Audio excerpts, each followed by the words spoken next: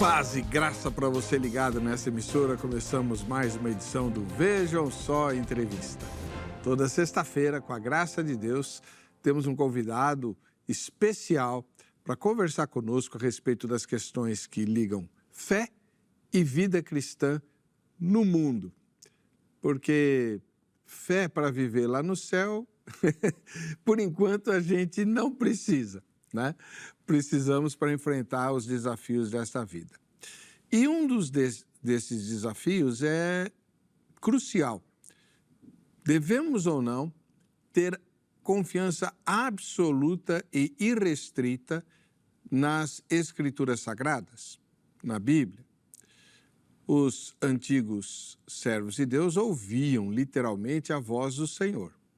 Alguns receberam até a visita de anjos, mas esse tipo de experiência não acontece com tanta frequência assim, mas não.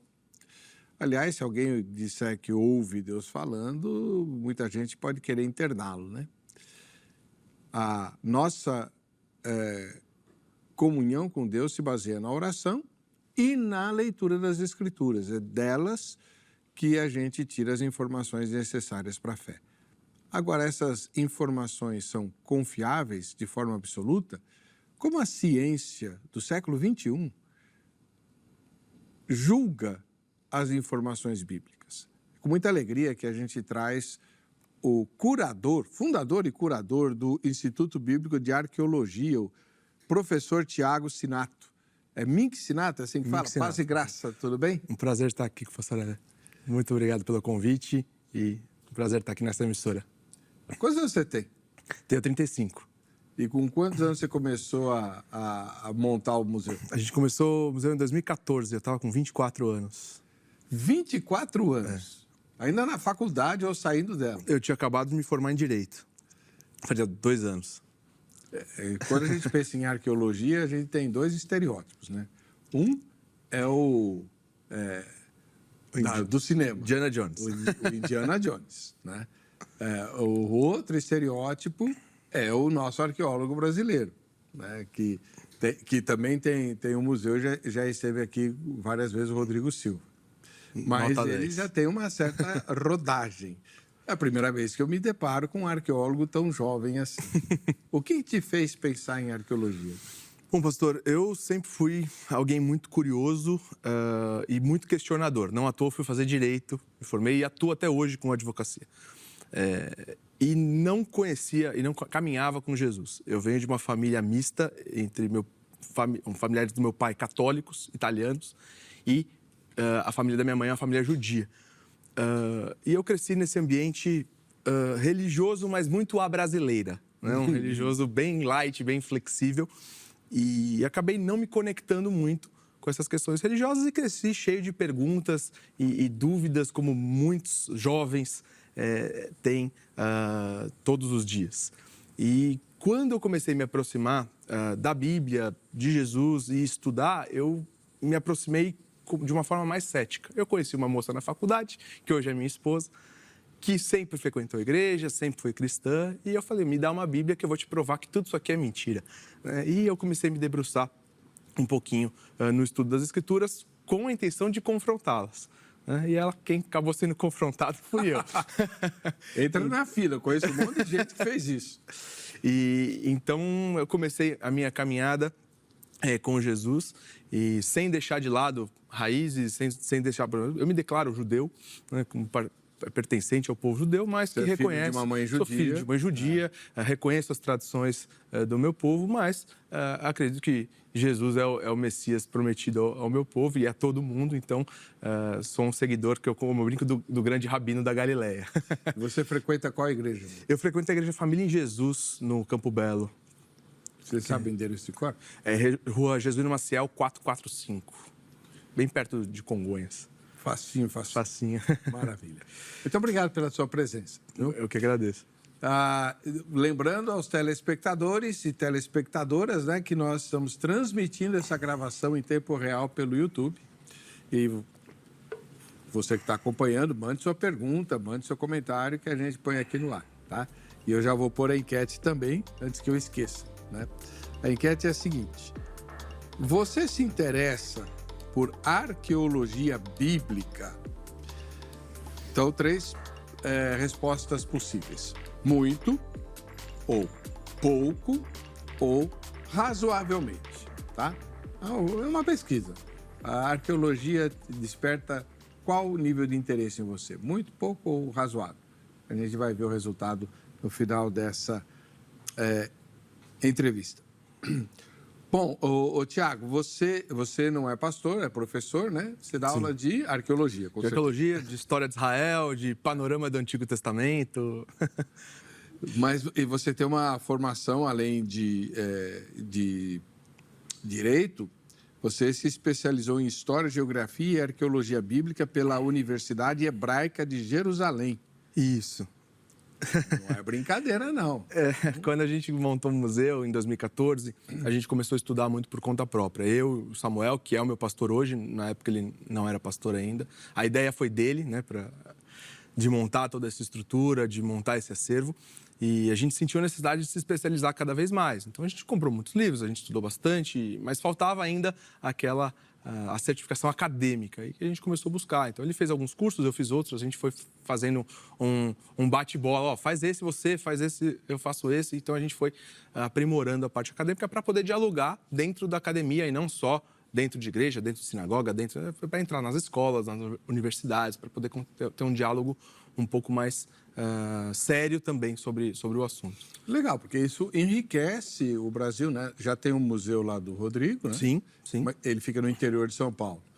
O seu fica na capital? Fica na capital. Hoje a gente está numa sala no prédio da minha igreja. Uhum. A gente ainda pretende ter um espaço próprio, mas a gente começou ali pequeno, com o pé no chão e construindo a cada dia. Então, no endereço da igreja? Está no endereço da igreja hoje. Tá mas não tem nenhuma relação com a igreja. A gente tem um CNPJ diferente, não tem nenhum vínculo denominacional com a nossa comunidade. É só uma questão de espaço compartilhado por uma questão de custo. Perfeito.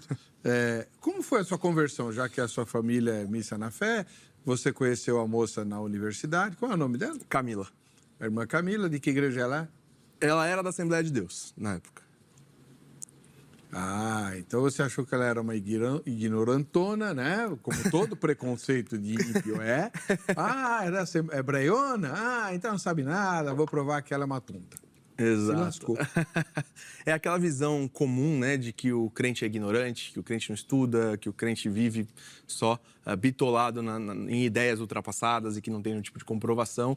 A gente vê isso muito entre os jovens, mas aí quando a gente para estudar e começa a ver os grandes nomes da humanidade que foram cristãos, que tiveram sua fé em Cristo muito sólida, e, enfim, a gente começa a derrubar algumas barreiras, e o IBARC se propõe um pouco a isso também, a derrubar barreiras, a abrir diálogo. O IBARC não vai ser proselitista de forma direta. É claro que a gente, de uma certa forma, tem um interesse missionário, mas a gente vai focar na arqueologia, na história, na ciência, para diálogo com outras pessoas que não creem em Jesus, que o espaço é aberto para qualquer tipo de pessoa. Do teu primeiro interesse, porque obviamente o teu primeiro interesse foi pela moça, não foi pela... Com certeza. Não foi pela Bíblia. A Bíblia foi uma desculpa esfarrapada que você usou para... Né? E como Deus é brasileiro e muito irônico, ele falou, tá legal, pode vir. É por aí, né? Deus usa caminhos que a gente nem imagina. Vários ateus convictos foram desafiados a estudar a Bíblia e todos eles se converteram. É um negócio assim impressionante, porque tinha alguém orando. Muita gente lê a Bíblia e não se converte porque lê por si só. Mas quando tem por trás alguém intercedendo para que a leitura queime o coração de quem está lendo, o resultado é a salvação. Tenho inúmeros exemplos disso, né? E você é mais um para minha lista. Coleção. Mas entre o teu primeiro interesse pela moça e a tua conversão, quanto tempo passou? Acho que uns 6 ou 8 meses. Foi rápido? Foi rápido. Eu sou teimoso, mas nem tanto. O que mais te chamou a atenção na leitura das Escrituras? A pessoa de Jesus. A pessoa de Jesus, eu acho que é inigualável na história da humanidade. Então... Mas você vem de uma origem judaica que rejeita Jesus. Interessante isso. É curioso, né? A gente até fala isso, mas se a gente pensar, não é uma origem judaica que rejeita Jesus, porque todos os discípulos, todo mundo que estava ali, é um ambiente completamente judaico. O cristianismo, ele é judaico dentro desse contexto. É claro que depois a gente tem uma série de desdobramentos históricos que vão fazer essa divisão, e depois vem, depois de alguns séculos, o judaísmo rabínico, que muda completamente o conceito de judaísmo, mas a gente tem efetivamente uma raiz judaica no cristianismo muito forte e um Jesus judeu, com as práticas judaicas e tudo mais. Então, mas independentemente disso, né, Jesus, com a sua figura, não tem como não ser apaixonado por ele. Maravilha. E como é que você conseguiu os primeiros objetos do museu? A gente já vai mostrar vários deles aqui, né? Como foi? Bom, o Samuel... Você contrabandeou igual faz o Indiana Jones ou não? O Samuel fez uma viagem com o professor Luiz Saião e com a Universidade Hebraica de Jerusalém e o Moriah Center para Jerusalém, para Israel, uma viagem de estudos e escavações arqueológicas, e trouxe algumas peças para uma coleção pessoal. E resolveu fazer um estudo bíblico com a nossa comunidade e, por conhecer a minha ascendência judaica, me chamou para participar, para a gente fazer um estudo histórico-cultural. E a gente percebeu que a absorção do conhecimento foi muito legal, que o interesse pelas peças foi algo diferente do que a gente estava vendo na nossa comunidade nos estudos bíblicos. E aí a gente resolveu fazer uma caçada, né, uma caça ao tesouro, para mais peças, para poder fazer mais estudos. Inicialmente, o nosso propósito era único e exclusivamente esse. Quando a gente percebeu a quantidade de coisas que a gente conseguia encontrar, quanto mais a gente estudava, mais a gente via essa riqueza da arqueologia bíblica, a gente falou, isso não pode ficar restrito à nossa comunidade, ao nosso pequeno ambiente. A gente precisa abrir isso para o público brasileiro em geral, até porque cada uma dessas peças, elas estão espalhadas nos museus ao redor do mundo. O câmbio não é muito nosso amigo, né? Nossa moeda é muito desvalorizada, então não é tão fácil viajar para tantos lugares do mundo. A gente tem mais de 20 países representados no museu. E a gente começou a ir atrás dessas peças e hoje, graças a Deus, o museu conta com mais de 600 itens, entre originais, réplicas e outros elementos que a gente usa para pedagogia, como mapa, maquete e outras coisas. É permitido fazer réplica dos objetos que estão num determinado museu, que obviamente não vai abrir mão daquele objeto lá? A gente pode fazer uma réplica desde que diga, olha, essa aqui é uma réplica da peça original que está em tal lugar? Sim, não tem problema, até porque as peças têm muito mais tempo do que as leis de direitos autorais. O que a gente às vezes não pode é explorar comercialmente de determinadas formas algumas réplicas. Então, lógico. Então eu não posso, às vezes, sei lá, pegar uma peça que é exclusiva e ter uma camiseta, por exemplo, com a peça, às vezes não pode, né, para venda, mas algumas outras coisas a gente consegue fazer. Legal, vamos começar a mostrar as peças então. Qual que você, dessas que, porque nós temos 2 blocos, então nos 2 blocos a gente vai trocar as peças, tá? Dessas que estão aqui em exposição, qual que você mais gosta? Olha, todas que estão aí eu gosto bastante. Uma que eu acho que conecta bastante com o nosso público seria esse pequeno elemento aqui. Ele é um espelho do 1º século. Ele foi encontrado em Pompeia, na cidade do Vesúvio. Né? Isso é um espelho? Esse é um espelho. Espelho o quê? Vou até deixar com o senhor também. Deixa eu dar uma olhada aqui. Ah, sim. Puxa vida. Assim eu fico bonito. Para se pentear nesse espelho, seria como se pentear na panela de casa, né? Não é à toa que Paulo falava, né?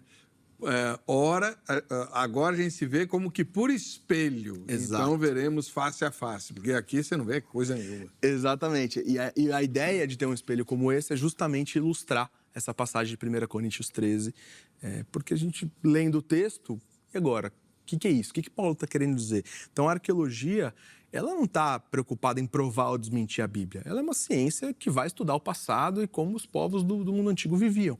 Mas, ao estudar como eles viviam, a gente encontra elementos como esse que nos mostram, poxa, o que Paulo quer dizer com o espelho é isso. Né? Então, não adianta a gente pegar o nosso espelho. Né? Se a gente for fazer a Bíblia na linguagem de hoje, né? Pegue a panela da sua casa e tente ver o seu reflexo nela. Vai sair completamente distorcido, porque é o que eles tinham na época. Eles não tinham um espelho tão bonitinho e o reflexo tão perfeito como o nosso de hoje. Mas então, eu quero saber o que são esses tabletes aí. Legal. Esse outro tablete aqui, ele é um calendário agrícola do século X. Século X é 1000 a.C., da época do rei Davi. Ele é muito interessante. O seu original ele está no Museu de Israel, em Jerusalém. E existe uma grande discussão sobre a existência ou não do rei Davi. Na parte acadêmica, claro que do ponto de vista da fé, nunca esteve em discussão. Mas até que encontraram uma peça chamada Estela de Tel Dan com o nome do rei Davi. A casa de Davi, Beit Davi, estava ali, muito bem comprovada, que não tinha mais como negar. Mas você tem uma resistência não só científica, muitas vezes você tem uma resistência ideológica ao texto bíblico. Então, algumas linhas de pensamento, eles já definem a conclusão com base nos seus pressupostos. Então, não importa qual é o resultado da pesquisa. A conclusão já está feita porque ele não quer que a Bíblia seja verdadeira, ele não quer que a Bíblia seja confiável. Então, começaram a criar teorias de que, olha, tá bom, Davi de fato existiu, não tem como, a pedra está lá para todo mundo ver. Mas, porém, contudo, todavia, não é este Davi que a Bíblia diz. Não é este rei tão importante, este reino não tem tanta relevância, é um chefe tribal local, sem... Revista super interessante publicou matéria de capa com isso. A Super Interessante faz isso, a Galileu, se eu não me engano, fez isso também, com outros textos, enfim. É o vender revista hoje, o vender o clique, né? Tem um pouco disso. Então, esse calendário mostra que você não está diante de uma sociedade tribal desorganizada. Você tem escrita, você tem a sociedade organizada em volta das estações do ano, obviamente sempre ligadas à colheita. Você tem uma comunicação interna, então a gente pode pegar esta outra peça que também tem relação com isso, tá? Essa aqui é também da mesma época, é uma escrita que está em Kirbet Keiafa, um pouquinho abaixo de Jerusalém. Também o original está no Museu de Israel. E você tem também pessoas trocando informações nessa época de Davi. Então, você é um pedaço de cerâmica quebrado, né? Papel é muito caro, né? Então vai se utilizando tudo que se tem disponível. Então, essas peças, diretamente, elas não falam nada sobre a Bíblia, essas duas. Mas elas vão trazendo para a gente um contexto de que, olha, essa história de rei Davi como apenas um chefe tribal local sem importância não se sustenta. Você tem uma série de elementos que mostram um reino muito bem organizado, com escrita, com a população alfabetizada. Você tem o abecedário de Telzite, que é uma outra peça também interessante sobre isso. Então, você tem elementos muito interessantes para a gente poder sustentar o rei Davi da Bíblia como o texto bíblico nos fala. Recentemente, um arqueólogo judeu desenterrou, e hoje é uma atração turística fantástica, a cidade de Davi, né? A cidadela de Davi. Sim. Para calar os críticos. Você tem um palácio gigantesco ali e o pessoal fica discutindo, de quem será que é? Meu não é. Meu não é. Então, da época de Davi, na cidade de Davi, no ponto mais baixo ali de Jerusalém, que é uma linguetinha, para quem conhece um pouquinho mais do mapa. Na parte mais alta dessa lingueta, quem seria o outro rei? Quem seria o outro dono possível desse palácio? Uma coisa interessante que o IBARC tem como propósito é apontar para as origens da civilização ocidental. Né? Nos seus escritos você fala disso. A civilização ocidental, mas a arqueologia que você traz são de vivências do Médio Oriente. Então, a civilização ocidental, ela é resultado do Médio Oriente? Com certeza. A moral judaico-cristã e tudo que vem desse texto bíblico, claro que misturado com muita coisa da Grécia e outros conceitos, eles basicamente fundam tudo que a gente conhece por exemplo, direitos humanos, por direito constitucional, por uma série de outras questões que envolvem a nossa civilização. Então, falar em dignidade da pessoa humana, que é um princípio básico da nossa Constituição, a gente só consegue falar se a gente olhar para a Gênesis e falar todo ser humano é a imagem e semelhança de Deus, portanto, ele tem valor intrínseco, ele não precisa fazer nada para ter valor, ele já é a imagem e semelhança de Deus desde a sua concepção. Então, esse tipo de situação mostra para a gente como a Bíblia impacta. Ideias têm consequências, né? Já diria um livro bastante importante. Então, essas ideias que vêm do texto bíblico, elas geraram consequências para a nossa sociedade, mesmo que hoje você tem uma sociedade completamente secularizada, com a separação entre Estado e Igreja, normal a laicidade atuar, mas você tem a influência da religião nesse aspecto social.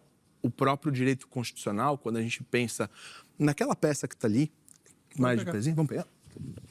Isso aqui é uma miniatura do famoso Código de Hammurabi. Uau! O original. Todo mundo ouve falar disso Todo mundo na fala. escola, né?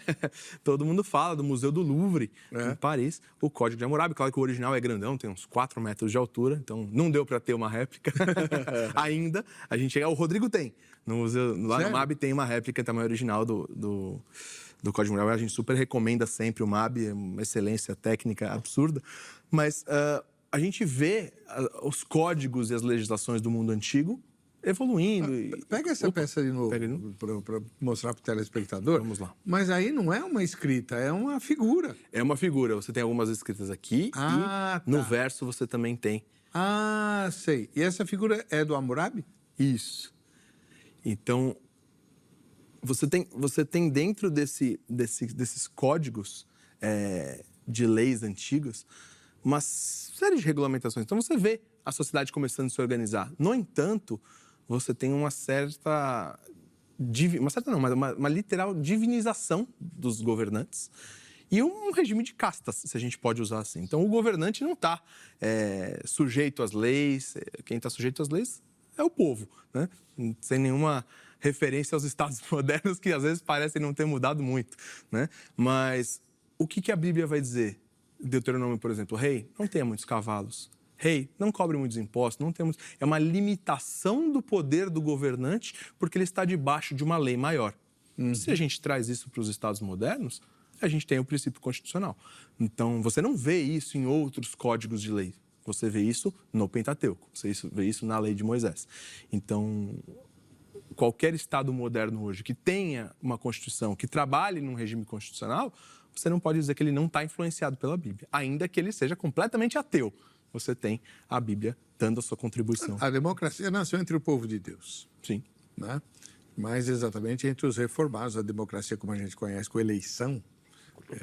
Mas os gregos faziam eleição, mas não era todo mundo que votava. Também você tem um certo regime de casta, de privilégios. Só os cidadãos. Né? Enfim, não era todo mundo, não. A ideia, por exemplo, quando Calvino começa a Igreja Reformada na Suíça, ele manda o povo eleger os presbíteros. Né? Por isso que toda a igreja presbiteriana, quem elege os presbíteros são os membros da igreja, não é o pastor que nomeia. Isso é o germe da democracia, que o presbítero é o governante com mandato temporário, representante do povo. Né? É uma espécie de deputado. A ciência moderna está influenciada pela Bíblia, as grandes universidades também, as casas de caridade, orfanatos, hospitais. A própria enfermagem vai ser desenvolvida muito com base cristã. Os pioneiros da enfermagem eram cristãos. Então, você tem muita coisa, muita influência para esse Ocidente que funciona bem, não perfeitamente, mas funciona bem, muito refletido nos valores bíblicos. Alguma coisa te surpreendeu de forma assim, meio fora da curva nos seus estudos de arqueologia? Olha, como o texto bíblico se preservou tão bem ao longo dos milênios. A gente não tem eu não trouxe nenhuma peça referente a isso, mas a gente tem os manuscritos de Qumran, do Mar Morto, e você tem, por exemplo, um texto que ficou perdido durante 2000 anos e que foi encontrado em 1947, a partir de 1947, em algumas cavernas no sul de Israel. E ao comparar esse texto com o texto que a gente tem hoje, com os textos que eram usados para as nossas traduções, que eram da Idade Média, e eles tinham mais de 1000 anos de diferença entre eles, você tem uma conexão e uma assimilação do texto muito boa. Então, nossa, como isso é importante. Não à toa, os manuscritos do Mar Morto foram considerados a maior descoberta arqueológica do século XX. Então, não estamos falando só de arqueologia bíblica, arqueologia geral. Peru, China, África, Europa, onde você for, no século XX, a maior descoberta arqueológica são, na verdade, os manuscritos do Mar Morto, que vão trazer essa confiabilidade para o Antigo Testamento que nenhum outro texto do mundo antigo tem. Essa é uma coisa muito interessante, porque muita gente critica, né? Mas a Bíblia foi copiada inúmeras vezes, então deve ter mudado muito e tal. há muito mais confiabilidade nos textos bíblicos que a gente tem hoje do que nos manuscritos de Shakespeare, por exemplo, que viveu de ontem. Sim, sim. Não, a gente pega, por exemplo, o pessoal às vezes tentando questionar, naquela discussão do Jesus histórico, o Jesus histórico não é o Jesus da Bíblia. Tá bom, mas de onde você tira as informações sobre Jesus histórico, se não dos 4 evangelhos e, claro, das cartas do Novo Testamento também, mas principalmente dos 4 evangelhos? Mas isso foi escrito depois, não foi? A gente tem uma confiança muito grande que o Novo Testamento está todo escrito dentro do primeiro século. Você tem pais da igreja que vão escrever, vão ter os seus escritos, eles vão mencionar 25 dos 27 livros do Novo Testamento, já ali entre o ano 110 e o ano 120, eles já estão mencionando isso. Então, já é de amplo conhecimento de toda a igreja, todos esses livros, todas essas passagens. Então, você tem, obviamente, vocês já estão citando ali 110, 120, obviamente, esses textos são bem anteriores. Os evangelhos, por exemplo, não citam a destruição do Templo de Jerusalém, que foi no ano 70, então é muito provável que todos os evangelhos sejam anteriores a 70. Então, você tem um texto bíblico muito próximo dos acontecimentos, e fora a quantidade de cópias. O pessoal acha ruim, mas na verdade é bom. Quanto mais cópias a gente tem, mais a gente consegue comparar uma com a outra e verificar se houve adulteração. Se eu tivesse uma cópia só, com o que eu comparo? Não tem essa possibilidade. Então, a quantidade de cópias ela é favorável a uma avaliação se o texto é confiável ou não, se ele foi modificado ou não. Isso me lembra muito o trabalho do Dr. Wilson Paroski, um brasileiro ilustríssimo, que foi pioneiro na publicação da crítica textual do Novo Testamento, né? Inclusive, no livro dele, que hoje é publicado pela Sociedade Bíblica do Brasil, mas que originalmente foi publicado pela Edições Vida Nova, e fui eu, o cara que estava lá, né, de plantão no dia que o Dr. Wilson foi levar o manuscrito dele lá, e foi uma bênção, nunca vou me esquecer. Dr. Wilson, que saudade do irmão. Não sei se o senhor está no Brasil, né? Mas se tiver, vamos voltar aqui para falar exatamente disso. Ele mostra isso, né? Inclusive tem um facsímile do pedacinho do Evangelho de João mais antigo, né? O P52, o P52, papiro John Highlands. De meados do primeiro século, é coisa antiquíssima. Sim, o pessoal vai estimar entre 120 e 150, mais ou menos. Então. Se o Evangelho de João, os mais tradicionais colocam ele na década de 90, né? Mas alguns ainda já sugerem, já tem estudos, já tem gente defendendo João na década de 70. Mas ainda que seja 90, você está falando de 30 anos de diferença ali, é uma proximidade dos fatos muito, muito, muito interessante. A Letícia, de Belo Horizonte, capital das Minas Gerais. Um beijo para você, Letícia. Que entrevista maravilhosa. Qual é a sensação de segurar na mão uma moeda ou um pedaço de vaso que pode ter sido tocado por um personagem bíblico ou até por Jesus? Muda a nossa fé?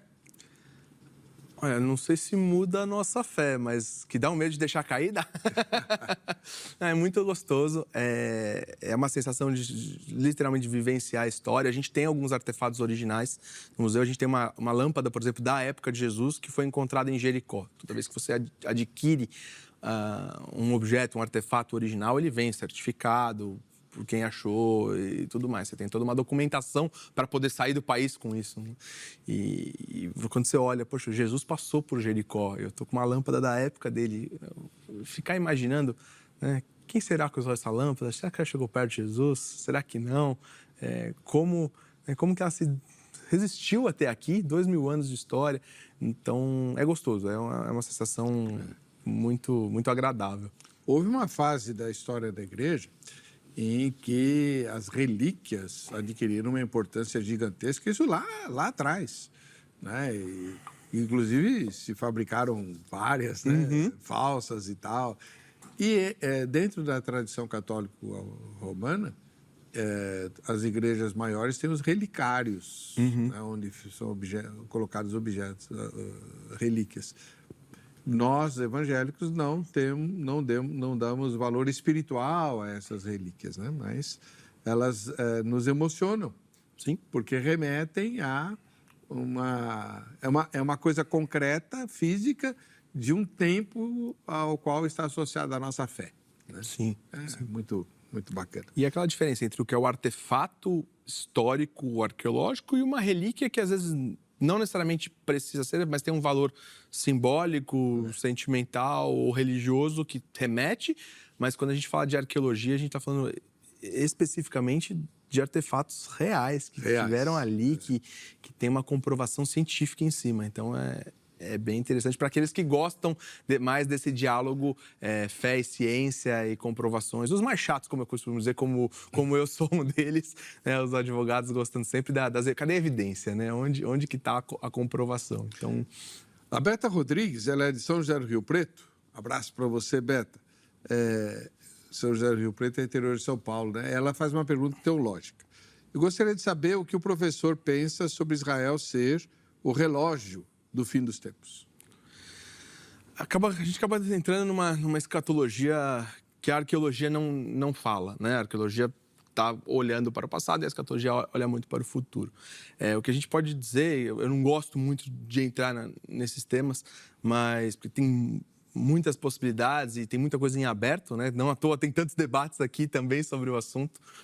Mas Israel tem o seu papel importante. Eu acho que a gente precisa entender o Israel de ontem, o Israel de hoje, que Deus não esqueceu Israel. Nós como cristandade, somos ramos, né, enxertados nessa videira, como Paulo vai dizer, na oliveira. Então, a gente precisa entender a importância de Israel, respeitar essa história, olhar para trás e honrar isso, mas também saber que o Israel de hoje não é o Israel de Moisés, não é o Israel de Davi, não tem exatamente a mesma compreensão que você tem que ter do Israel bíblico. Então, para não entrar muito em polêmicas, eu colocaria mais ou menos nesse sentido. É valorizar o passado, mas dentro de uma dosagem, valorizar Israel dentro de um contexto, sem idolatrar Israel, mas também sem ter aí uma desvalorização que acabam caindo em dois extremos perigosos. Vira e mexe, a gente faz nos debates, né, com o Zeca, a teologia da substituição, e é ali que a gente tem que trabalhar melhor essas questões. A gente precisa ir para o intervalo, já estourei o tema, o tempo e tal, mas não tem jeito, né? Então, rapidinho, bem rapidinho, se você está se despertando para conhecer as Escrituras Sagradas e o poder que elas têm, né? Você está aqui diante de um homem que queria mostrar que a Bíblia era um monte de mitos, lendas e mentiras e acabou se convertendo e hoje é professor de Bíblia. Eu adoro a ironia divina, o Espírito Santo é demais. Vem conhecer as Escrituras na Agrade, Academia Teológica da Graça de Deus. Lá você vai estudar a Palavra de Deus de uma maneira extremamente útil e profunda. Em plataforma EAD, você vai estudar na sua casa, no seu escritório, enfim, você não precisa frequentar uma sala de aula. Tem curso presencial? Também tem. Faz o seguinte, liga para 3115-0819 em São Paulo, no horário comercial, obviamente, ou entra no site agrade.com.br e aí você vai ter acesso a todas as informações e a todos os cursos, que são muitos, que a Agrade proporciona, tá bom? E dá uma passadinha no site da Hit TV também e dá lá a sua avaliação, o seu palpite, faz a sua crítica sobre o Vejam Só Entrevista. A gente volta já já.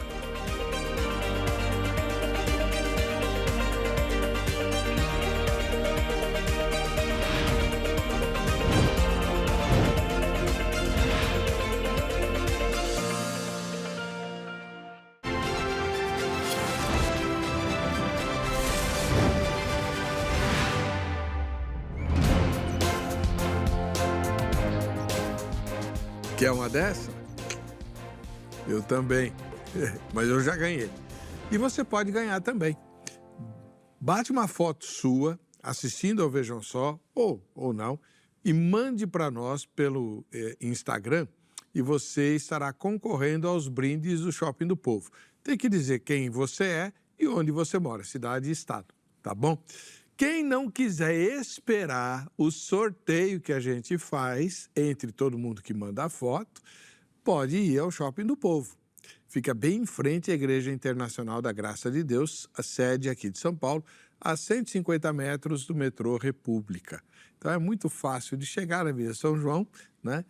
Vai à igreja, assiste o culto do pastor Jaime ou do missionário, Depois atravessa a rua, em frente tem o Shopping do Povo, lá a dona Eliana vai receber você com um monte de coisas muito legais para a sua fé e para a sua vida pessoal. Quem mandou foto para nós hoje foi o Erisvaldo, de Cidade Tiradentes, o bairro da Zona Leste de São Paulo. Olha, faz que nem ele, bate a foto durante a exibição do programa. Erisvaldo, um grande abraço para você, Deus te abençoe. Em Ouro Preto do Oeste, em Rondônia, nós temos a Carmen Calés. Deve ser Calé, né? Em francês fala Carmen Calé. Tá aí. Valeu, Carmen. Grande abraço, Deus te abençoe. Nunca estive em Rondônia um dia, quero conhecer teu estado.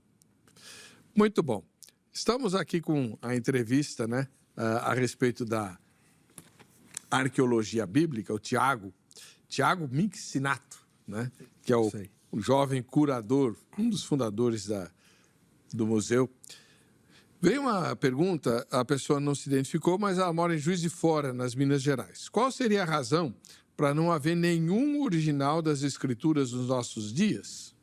É uma pergunta muito legal e que acaba gerando muitas críticas, às vezes, de quem não conhece a arqueologia. Poxa, a Bíblia não tem original. A questão é, não temos original nem da Bíblia, nem de quase nenhum escrito do mundo antigo. Aqui a gente trouxe o nosso exemplar de papiro, que o pessoal vai poder ver.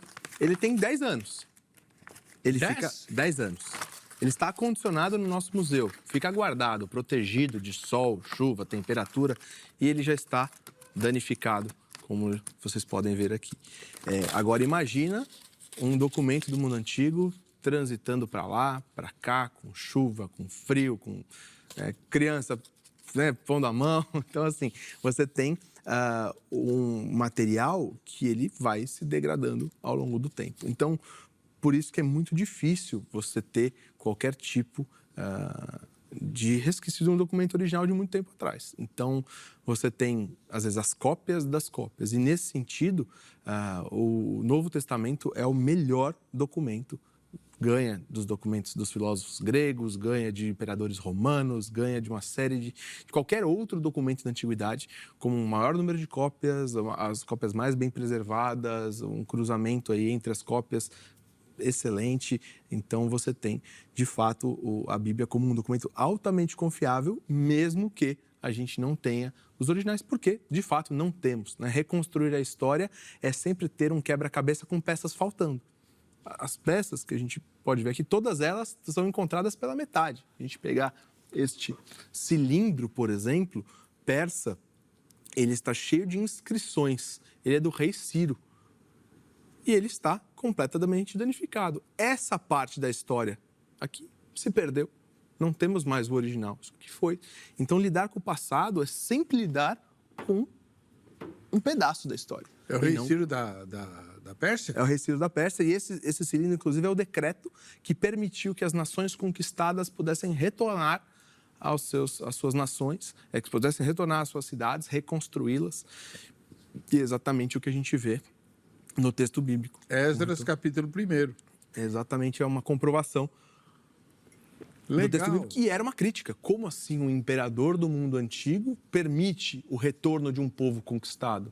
Isso era inimaginável. Mas quando acharam o cilindro de Ciro, as críticas cessaram, porque perceberam que não era a Bíblia contando a história da carochinha, era a Bíblia refletindo exatamente o que um decreto real persa comprovou depois. Esse aí aparece em 2 textos da Bíblia. No último capítulo de Crônicas, de 2 Crônicas, e no primeiro capítulo do livro de Esdras. O mesmo texto, o mesmo decreto, algo realmente notável, uma manobra política bastante instigante e inimaginável. Incomum. Incomum. E, fora o fato de que o decreto fazia com que o povo voltasse e restabelecesse sua própria cultura, reconstruindo o templo, por exemplo, com recursos do Império. Sim. Negócio incrível. Ele fundou o BNDES, né? Então, negócio fantástico. O que mais a gente tem aí, irmão? Bom, a gente tem naquele canto, aquele prisma grande e também aquele pequeno selo, ali eles têm relação. A gente está falando do prisma de Senaqueribe e do selo de Isaías. Então, o profeta Isaías foi encontrado, teve o seu selo encontrado, como se achasse a assinatura autenticada em cartório do profeta Isaías, que viveu ali nos anos do rei Ezequias, que foi confrontado pelo rei Senaqueribe da Assíria, que cercou Jerusalém, destruiu mais de 40 cidades de Judá, e esse prisma relata exatamente isso, essas conquistas militares de Senaqueribe e, como ele diz, ter trancado Ezequias como um passarinho na gaiola na sua capital, Jerusalém. Mas ele não diz que conquistou, a Bíblia também diz que ele não conseguiu conquistar, e depois ele volta para Nínive e é assassinado por meio de uma conspiração. Pelos próprios filhos, não foi? Pelos próprios filhos. Foi assassinado pelos próprios filhos no templo em que ele adorava o Deus dele lá. O curioso é como que a Assíria não consegue conquistar Jerusalém? Porque parece, se a gente lê sem o estudo da arqueologia, sem o estudo da geografia, parece uma batalha ali. Mas seria como se os Estados Unidos não conseguissem invadir a Venezuela para pegar o Maduro. A diferença do poderio militar é gigantesca. Não precisa nem ser a Venezuela, até a diferença era ainda maior. Seria que os Estados Unidos não conseguiam invadir o Haiti. É inimaginável, é impossível isso acontecer. Mas aconteceu, a Bíblia relata que aconteceu e a gente tem artefatos arqueológicos corroborando esse milagre que Deus fez em Jerusalém. E o que é esse selo de Isaías que você falou? Porque ele era funcionário do rei, né? É o profeta Isaías. Então, a gente tem os selos geralmente ligados em quem tem envolvimento com a administração pública, com o reino. Então, vai ser muito difícil, por exemplo, achar um selo do apóstolo Pedro. Por quê? Porque ele não estava envolvido politicamente, ele não tinha ali as suas ligação com o império local. Mas quando a gente vai para os reinos de Israel e Judá, você literalmente tinha um reino, você tinha um rei, você tinha uma administração. Então, esses personagens são os que mais aparecem num documento material como esse. Olha, alguém assinou esse documento. Quem foi? Vamos pegar a bula. A bula é onde o selo marcou. Está escrito que pertence ao profeta Isaías. Ou seja, a carta foi selada por ele. E isso foi encontrado, curiosamente, em 2018.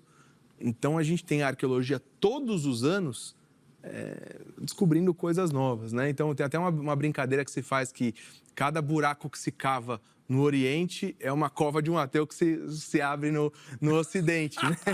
Porque todo dia se acha coisa nova, todo dia você tem descobertas que vão testificando a veracidade do texto bíblico. É claro, não dá para ter tudo. Lidar com o passado é sempre lidar com uma história incompleta. Não vamos ter todas as evidências. Não temos nem sobre as nossas vidas. Imagina coisas de 2, 3, 4 mil anos atrás. Mas a gente tem muita coisa. Tá. Quem mandou a pergunta sobre não haver nenhum original das Escrituras foi o Felipe. Ele mora em Juiz de Fora, Minas Gerais. Um abraço, Felipe. A Daniela de Guarulhos, aqui, uma cidade bem pertinho da nossa capital, em São Paulo. Abração, Daniela. Professor, qual é a maior dificuldade que um arqueólogo enfrenta em uma escavação? Olha, tem algumas. Primeiro, acho que é paciência. Você precisa... A gente tem a imagem da arqueologia como o sensacionalismo do Indiana Jones. Eu vou chegar lá e vou encontrar tudo pronto. Tem que entender que um sítio arqueológico é uma cidade antiga, realmente coberta de lama, terra, pedra e um monte de coisa que não interessa para a arqueologia. Então, todo esse trabalho de escavar, ele demora anos, às vezes décadas. Então, tem arqueólogos que ficaram famosos no final da carreira por achar um único artefato. Então, essa paciência de, olha, eu estou aos poucos escavando, eu estou devagarzinho encontrando contexto, mas achar aquela grande peça, aquela que vai virar capa, né, de jornal, é muito difícil. Fora financiamento, fora mão de obra especializada, tudo isso acaba sendo uma grande dificuldade. A gente tem visto agora a tecnologia ajudar bastante, né? A inteligência artificial, inclusive, ajudando a decifrar textos antigos. Quem sabe isso não vai barateando e facilitando novas descobertas. Existe alguma descoberta sobre o dilúvio? Então, a gente tem essa peça, que é bastante interessante, essa central, para o pessoal conseguir ver, que é um relato de reis da Suméria. Esse relato ele vai traçar um paralelo interessante com Gênesis, porque ele vai falar de reis com uma idade muito avançada, vai citar um grande dilúvio e depois vai colocar reis com a idade diminuindo. E a gente vê nisso o mesmo padrão que a gente tem no texto bíblico. Idades maiores, dilúvio e idades que vão diminuindo. Lembrando que não foi na Suméria que nasceu a escrita, né? Sim, sim. A escrita, né, na linguagem cuneiforme, você tem o sumério, o acadiano, o babilônico, mas é muito curioso que a gente tenha o mesmo padrão literário do texto de Gênesis num texto sumério, falando de um grande dilúvio, e ali você tem diversos textos do mundo antigo que falam dessa grande inundação. Falam, às vezes, de uma família que se salvou, de um barco que foi construído. Então, até na China você tem referências, por exemplo, nos ideogramas chineses de uma embarcação que salva 8 pessoas. Então, do Peru à China você tem relatos de um grande dilúvio. Claro que existem as discussões se ele seria local, se ele seria mundial, tem uma série de debates em torno disso, mas me parece bem consistente o relato da Bíblia sobre um grande dilúvio frente aos outros relatos que também existem. Você acha que é possível achar a arca? Eu acho que é improvável. Primeiro porque a madeira não dura tudo isso na natureza. Uma das dificuldades que a gente está falando é a preservação dos materiais. Então, você tem a decomposição natural desse material. Segundo que, se a gente imaginar a própria lógica do texto bíblico, a região está toda inundada. A hora que a água baixou, o que você tem ali? Então, é possível que Noé tenha reutilizado essa madeira para outras coisas. Então, vira e mexe, surge aí a discussão. Olha, acharam no Monte Ararat. Sempre é uma fake news toda hora requentada nos grupos de WhatsApp. Mas não, você não tem nenhuma referência sobre a arca de Noé e acho improvável que a gente tenha. Legal. E aquele quadrinho lá, o que é? Esse aqui é bem interessante, porque esse é o texto bíblico mais antigo que a gente tem. Ah, é? É. Uau! A gente está falando do amuleto de prata de Ketef Hinnom.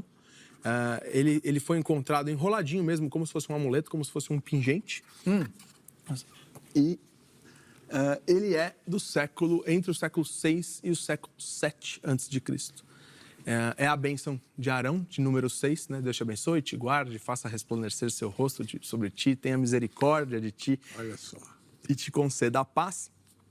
A bênção araônica, a bênção araônica era enrolada e colocada num pingente. Esse material estava enrolado, encontrado no pingente, dentro de um túmulo. Então, ele já estava sendo usado como uma superstição, como uma bênção ali, um amuleto mesmo. É por isso que ele é chamado de amuleto de prata. E é curioso porque muitas das discussões em torno da veracidade do texto bíblico levantavam uma hipótese da Bíblia ter sido inventada na Babilônia. Poxa, será que os judeus ali, precisando de uma esperança, precisando ali de um fio, né, de uma luz do fim do túnel, não inventaram essas histórias, não copiaram isso das mitologias babilônicas? E isso sempre ficou, antes da arqueologia se desenvolver, isso ganhou muita força. Até hoje tem, porque respinga na atual, mas hoje isso não se sustenta por peças como essa, que ela tem mais de 150 anos antes do cativeiro babilônico e já fala do texto de número 6.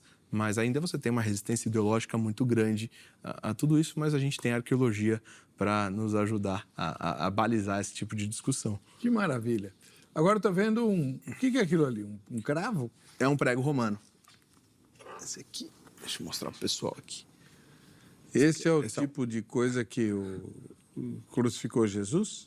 Essa é uma réplica de um prego romano usado nas crucificações do primeiro século. Então... Segura aí. Olha lá. Então, um cravo era isso. É pequenininho, pessoal. O pessoal vê aqui. Não, muito pequenininho, né? Quase não devia doer, né? Imagina. Então, a gente consegue entender um pouquinho do processo de tortura que um condenado vivia, desde o açoitamento até a crucificação. Muitos nem chegavam a ser crucificados, eles já morriam no açoitamento. Tamanha brutalidade que era esse processo de condenação. Então, a arqueologia também nos ajuda a entender um pouquinho do sofrimento de Cristo e daquilo que ele fez por nós. E aí, ajuda a desmistificar também, porque na mesma esteira dessa ideia de que essas lendas do Antigo Testamento foram criadas durante o exílio babilônico e tal, a alta crítica do século XVIII e XIX, né? Uhum. Aí veio, no finzinho do século XIX, começo do século XX, as descobertas arqueológicas desmentindo essas coisas aradas. Outra, né, nessa mesma época, nasceu a ideia de que Jesus não foi tirado da cruz ainda vivo, desmaiado, né, e tal, e no frescor do túmulo recuperou a força e saiu. Tinha uma equipe de UTI ali pronta para recuperar ele em algumas horas e colocar de arrastar uma pedra de 2 toneladas. Tem que ter muita fé para acreditar nisso. Então, aliás, isso me lembra, né, o título de um livro muito instigante, publicado pela editora Vida, né? Não tenho fé suficiente para ser ateu. Norman Geisler e Frank Turek. Esse livro mudou a minha vida, assim, na compreensão do estudo das escrituras, de como dialogar com do ponto de vista científico. Enfim, é um livro que eu recomendo para todo mundo. Eu já li ele 2, 3 vezes, reler a anotação. Ele é espetacular. O Rodrigo tem o Ceticismo da Fé. Tem. Foi a crise pessoal dele, né? Sim, sim. É um ótimo livro também.